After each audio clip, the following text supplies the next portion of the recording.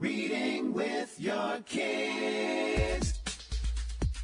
Hola, ni hao, konnichiwa, assalamu alaikum, shalom, mahaba, moni wanji, namaste, jumbo,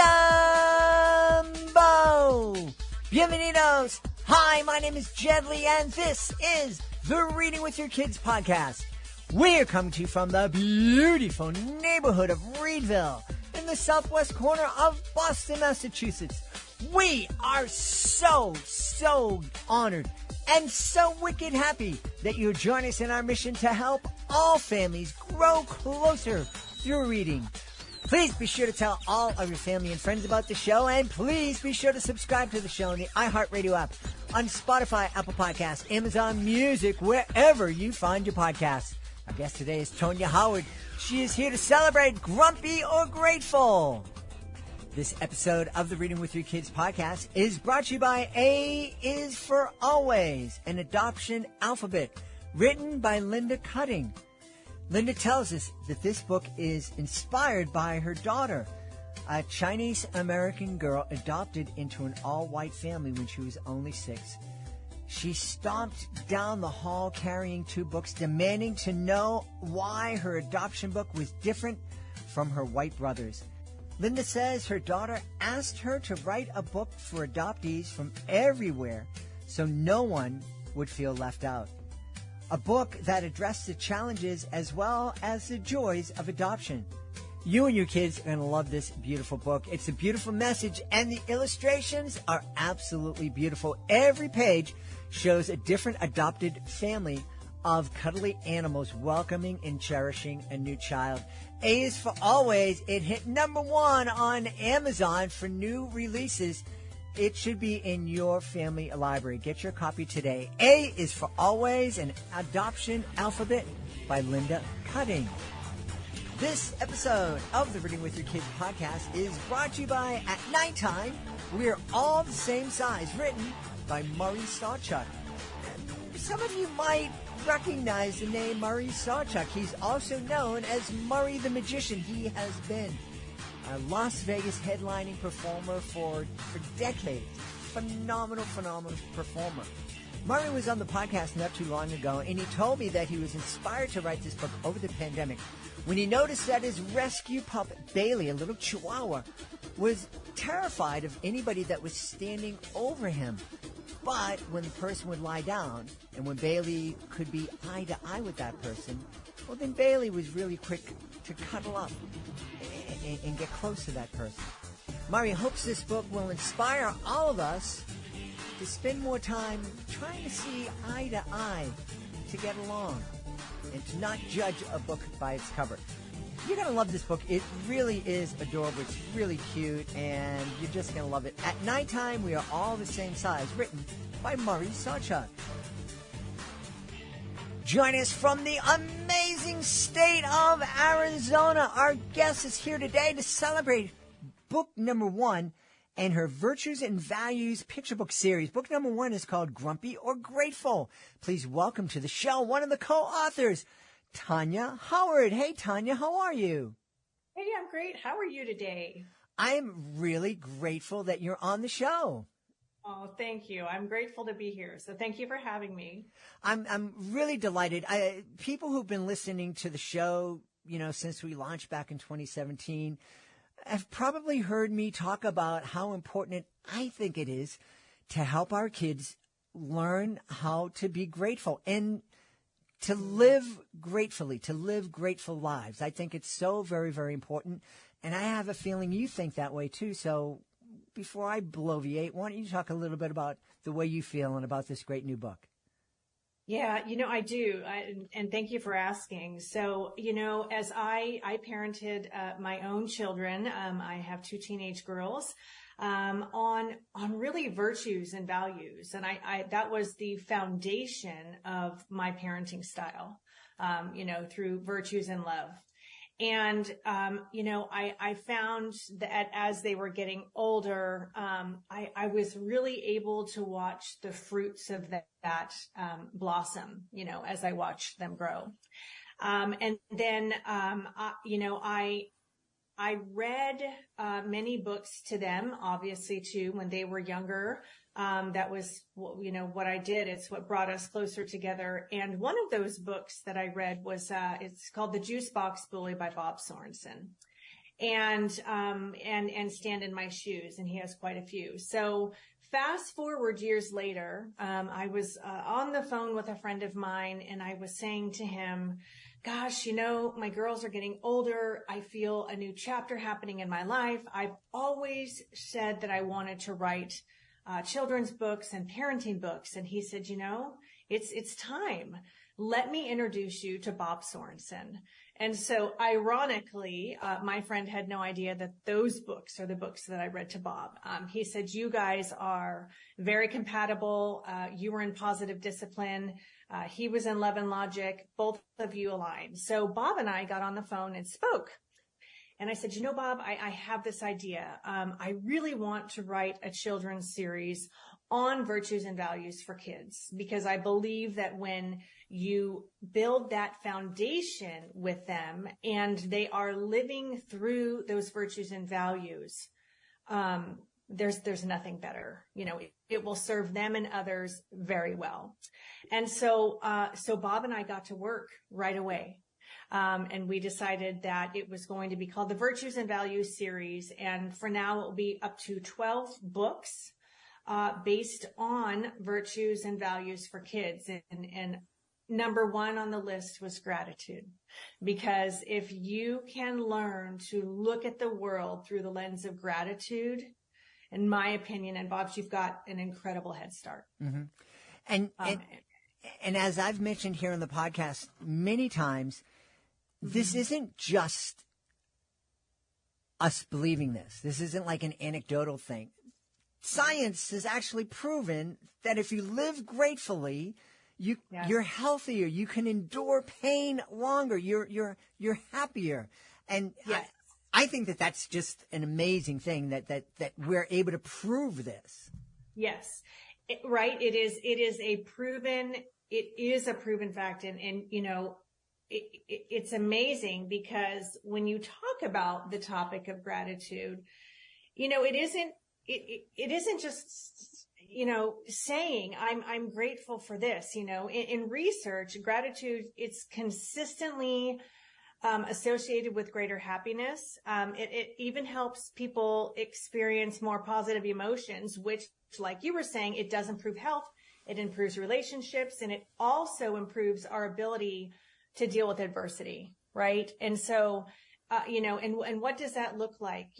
Books are incredible. Like Grumpy or Grateful is an incredible start. And it's amazing, because even the parents or any caregiver will say, oh my gosh, I learned a thing or two from this book as well. Mm-hmm. They are universal, right? Virtues and values are universal. They're timeless. And gratitude is at the forefront of just so much. So we wanted to start this series out with gratitude. It's, what does that look like? A lot of people will say, well, I don't really know. I don't know how to be grateful. Mm-hmm. I mean, right. We can say it, right? We can say it, but really feeling that, and really looking for those things in life that you are grateful for, is amazing. So, yeah. Well, there's so much about this that I love. First, I love the title of your series, Virtues and Values. Mm-hmm. I am a strong believer that if the big debate about values and, our kids are being led astray and whatever, the kids should be taught this, or kids should be taught that. If you have values that are important to you, the best way to share those values and to help your kids, to help instill those values in kids, is to read books with them, experience books with them at a very young age that talk about those values. And it's not that you're pounding it into kids or brainwashing them. It's a matter of sharing stories and talking about the stories and sharing your ideas. I believe that this is important because, and also giving your kids a chance to agree or disagree with you. And that's I think one of the most important values we can teach our kids is the fact that we can agree to disagree without hating each other. 100%. And they should have the opportunity to disagree, right? Or agree. I mean, that's another, I'm also, a parenting coach and am developing right now interconnected parenting. And that is actually one of the staples is, we want to empower our kids to right at the end of the day, they are growing interdependently, but we want to empower them to think for themselves, and then choose, right or wrong, or, make these decisions in life. And so the beautiful thing about Grumpy or Grateful too is, it's a story that is so very organic. It's not preaching to them as you mentioned. It's really a story about Clara, and she goes to the farm to meet her cousin Kiara, and she's looking at life in a grumpy way. Mm-hmm. And so, at the end of this, Kiara is saying to her, this is what I used to feel like and what I did. And I was grumpy about everything. But look at all of the amazing things in this world. You can choose to be on the farm and think there's no shopping malls, or you can choose to be on the farm and see the gratitude all around you, the apple orchards, the chicken coops. It's also a mindset thing. And you are right. When you infuse this into younger children, you are building that foundation. It's one tool to use. And that through stories, children learn and absorb so much. Yeah. They really do. Yeah. And not only kids, we get so much out of story. We learn way more through story than we do through lectures or taking a test or anything else. Yes, we do. Organic learning really is the best. They will remember this. They will feel it, right, through a story, much more so than mom or dad or somebody saying, you need to be this way. It's just organic infusion. So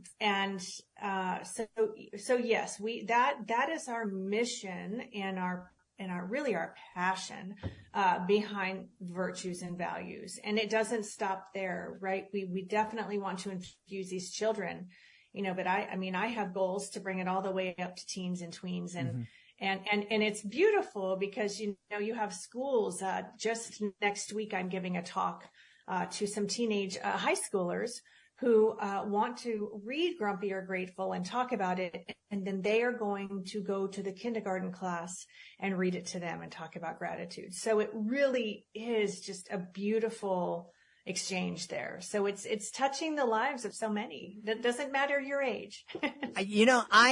That story about what's happening at that high school is beautiful. Yeah. I love it.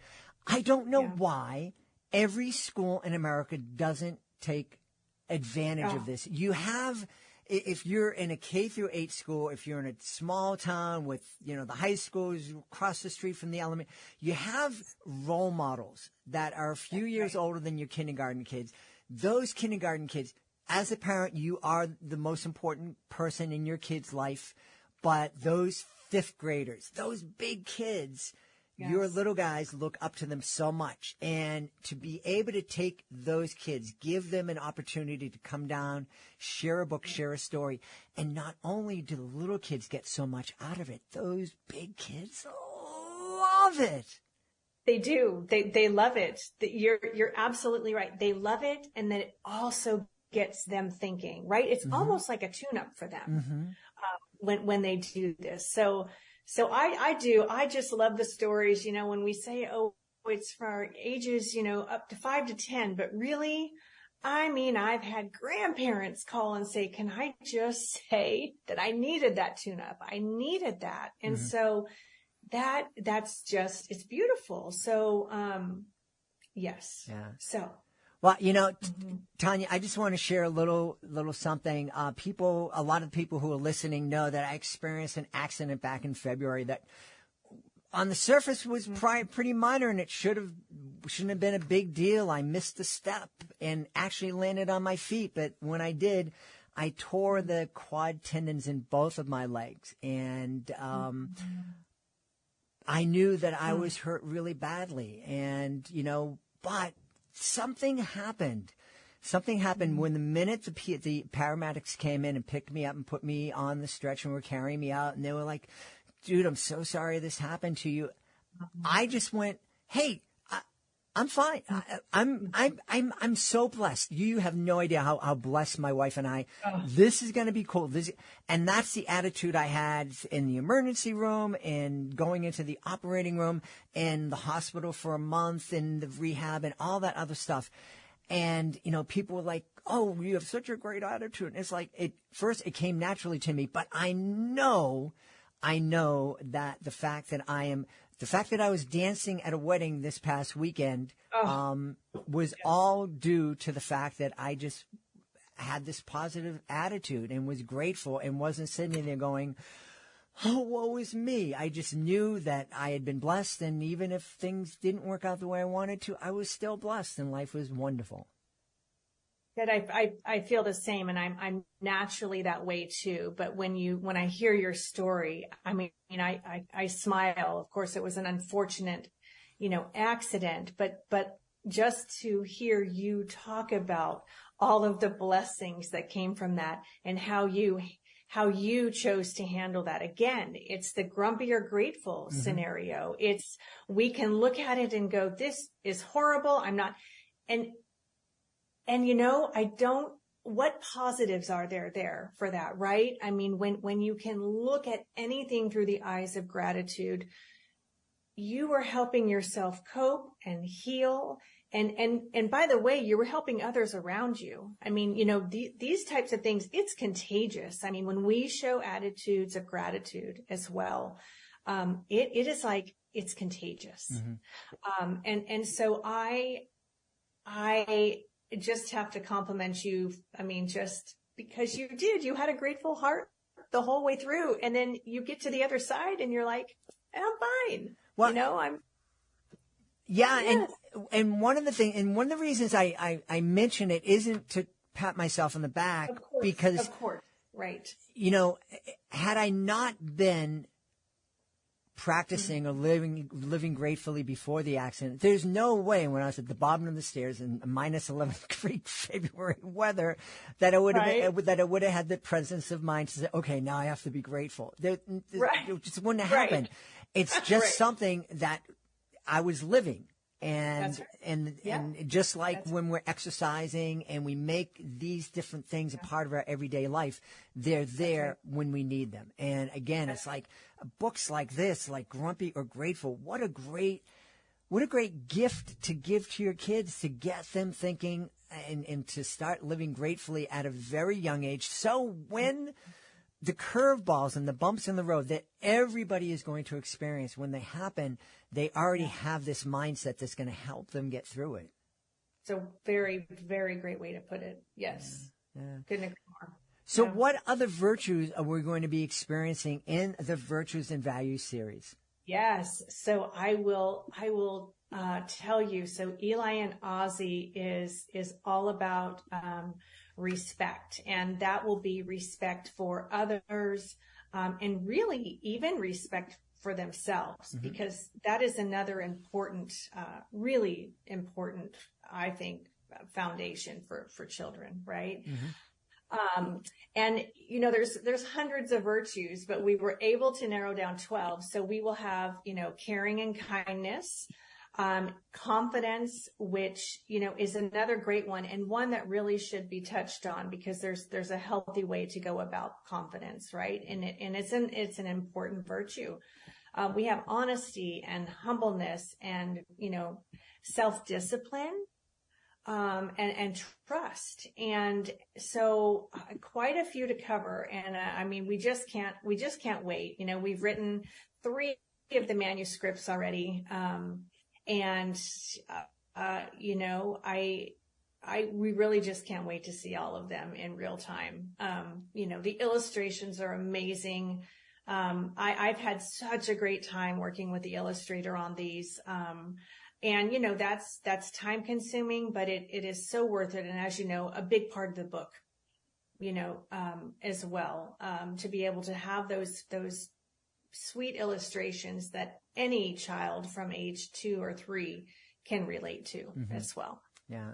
So, yes. I'm curious, what is it that gets you going every morning, to gets you up and gives you the energy to say, yeah, I want to go out and I want to share and I want to inspire families and give parents these tools to help their kids live healthier lives? I thank you for asking that question. I have often reflected on that, and it comes down to me, it's passion.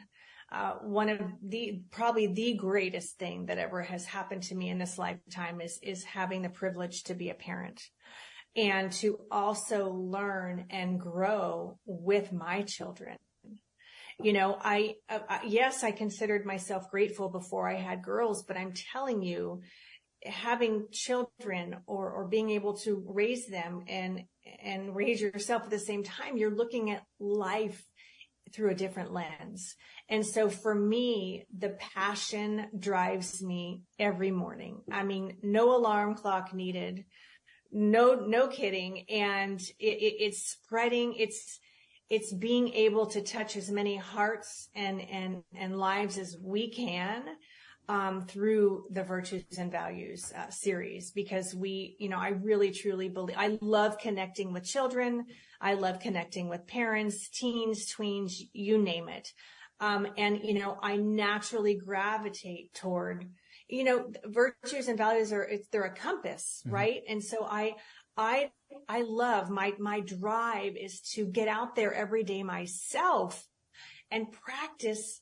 I get to practice all those virtues and values. Like, I get to live that while simultaneously interacting with others and sharing those messages and these sweet stories. I mean, I just can't think of anything better. And to also watch, my girls experience this with me now as they're older, and that foundation has been laid for them. They have a strong compass, internal compass now that they live by. And it really is through love, virtues, and values. Yeah. I mean, there's over 100 virtues and values. I mean, we can live by those successfully. Yeah. Yeah. I love that you're talking about that compass and that foundation. And I actually think if we can help our kids understand that they have this foundation, it can give them the confidence that we were talking about, but it can also help them. Again, earlier we were talking about learning how to agree to disagree. If our kids can sit down with their friends and kind of, okay, we disagree on this, but let's go down further and let's find out what we agree on. And when we agree, oh yeah, we want everybody to be happy, we want people to be fair, we want to love others, then it's like, okay, and let's see how all these other things, how can we work to make that happen, and to and I'm just babbling here, but I just love That's great. what you're saying and what you're teaching kids. Well, and babbling is great too. I love that. I will just go off on my own as well. And then you think, am I making sense? But you know what? I'm saying it and it's all great. But you're so right. I mean, kids, all of us are still learning to be, like you said, I mean, empowered. We agree, we disagree, but we're going to disagree respectfully, but we're still going to be able to set those boundaries and what, the other one is understanding, okay, this child, an example, this child is, having a hard day and he might say something mean to somebody. Well, you know how many virtues you're calling on at that point for both people?